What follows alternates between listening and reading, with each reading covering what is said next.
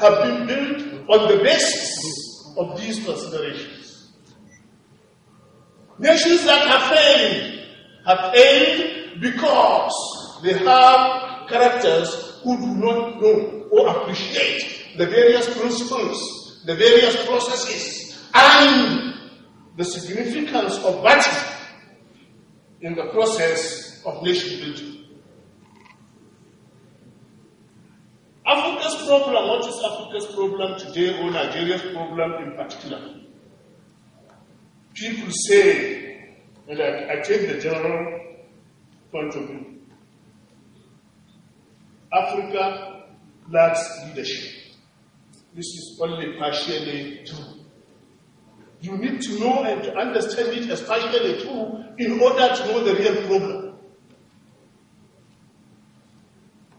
And before I talk about the real problem, when people say African leaders are the problems of Africa, what exactly are they trying to tell you? That other people, other continents, certain historical conditions, other relationships are not relevant to the explanation of the problems in Africa? No. There are many African leaders that are corrupt, that do not know their left from their right. But the problem of nation building in Africa cannot be explained solely on the basis of corrupt leaders. Why? Because there were successful leaders who led African countries to independence, who actually established not only independent nations, but started nation building in Africa. Kwame Nkrumah was one of them. Amilcar Cabral was another one. Mandela is another one. And for you to sit down and tell us that the problem of Africa is failed leadership, no. The problem of Africa is the fact that it's nationalists, it's pan-Africanists who had these ideas were consistently opposed by powerful nations of the West. They were destroyed.